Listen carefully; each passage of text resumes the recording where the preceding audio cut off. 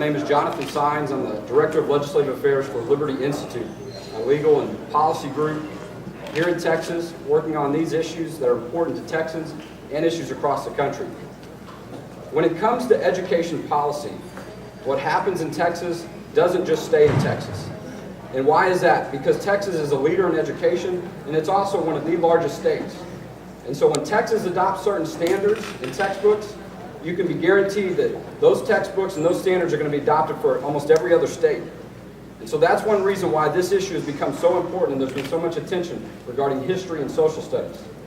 Another reason why this has become so important is because the narrow group of people that want to change and rewrite history see this as an opportunity to change the next generation of our students here in Texas and America.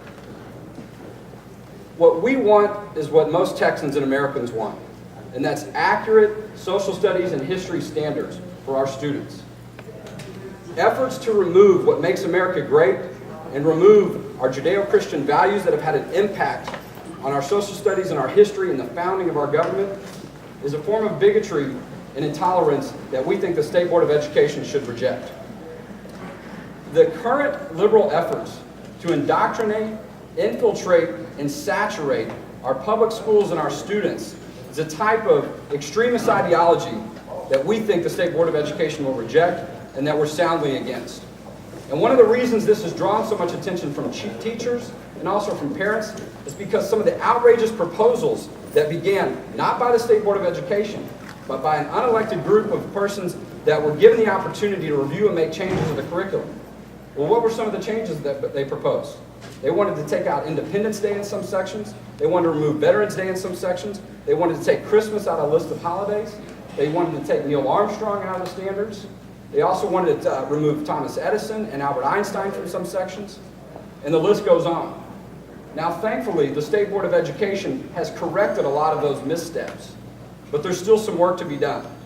And so all the teachers and parents that we've been hearing from have testified in previous hearings, and even more have showed up today to make sure that they're not being mischaracterized, that there are plenty of teachers and parents that believe the way we do on this issue. And that's who you're going to hear from. There are many teachers and parents here with us, and one parent that's going to speak to us next is Jason Moore. He's from the Odessa area. He's got 5 children, 4 of them are in public school. Jason? Thank you, Jonathan. I'm glad to be here today. I am a parent of 5 kids, and 4 of them are in public school and 1 on their way to public school. And you know, as a parent and a member of Americans for Prosperity, you know, we have tried to sound the alarm to a lot of people about what's going on in our classrooms, and people are frankly alarmed. Other parents don't know these kind of things are going on. And it is scary to me that I have to come to Austin as a parent from Odessa, Texas, to ask that American exceptionalism be defended and promoted in our public schools. This seemed like a no-brainer to me. In fact, people have said before, well, isn't there a danger of becoming too pro-American in our... That's a stunner to me that someone would even ask a question like that. I've also been alarmed at the open advocacy by professional educators and university professors of socialism as a preferred method of government to be taught to our kids. This is shocking and alarming, and I hope that the State Board of Education will reject these kinds of promoting this kind of government for our kids. Also, and the subject of Judeo-Christian values has been talked about a whole lot, from removing Christmas in our standards to all kinds of other instances where they want to just wipe from our history the Judeo-Christian influence from our textbook is alarming. No one in this group would say that all founders were religious and all. We recognize there's a diversity of opinion among our founders and people who made an impact in our history. We simply want to be included as well, and it's alarming to me that the very people that demand inclusion and tolerance are usually the people who are least tolerant of these other views. And I hope that the State Board of Education is going to reject these intolerant things that they're trying to put in, where they basically wipe from our history where our roots are and where they came from. And I think from what I've heard so far, I'm proud of the work that some of the board members have done in rejecting this anti-religious zealotry that's going on, and appreciate you being here. Thanks. Next, I want to introduce you all to another educator from the Central Texas area who has education experience in social studies, Mrs. Linnell Haney.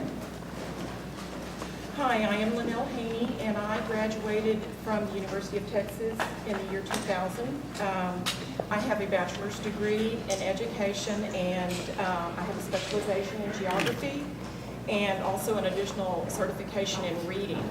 I taught elementary school in this area for 4 years, which included social studies. And overall, I am concerned basically about what exactly is being taught in the classrooms today. We're seeing problematic changes that are being proposed, and these are being proposed by a group of teachers that aren't necessarily in the classroom. One of my big concerns, it's been mentioned by others before me today, is censoring and stripping out of religion and Judeo-Christian values. This is of grave concern to me. I'm here today to encourage the State Board of Education to resist the pressure to eliminate and make these changes and eliminate valuable information from our textbooks.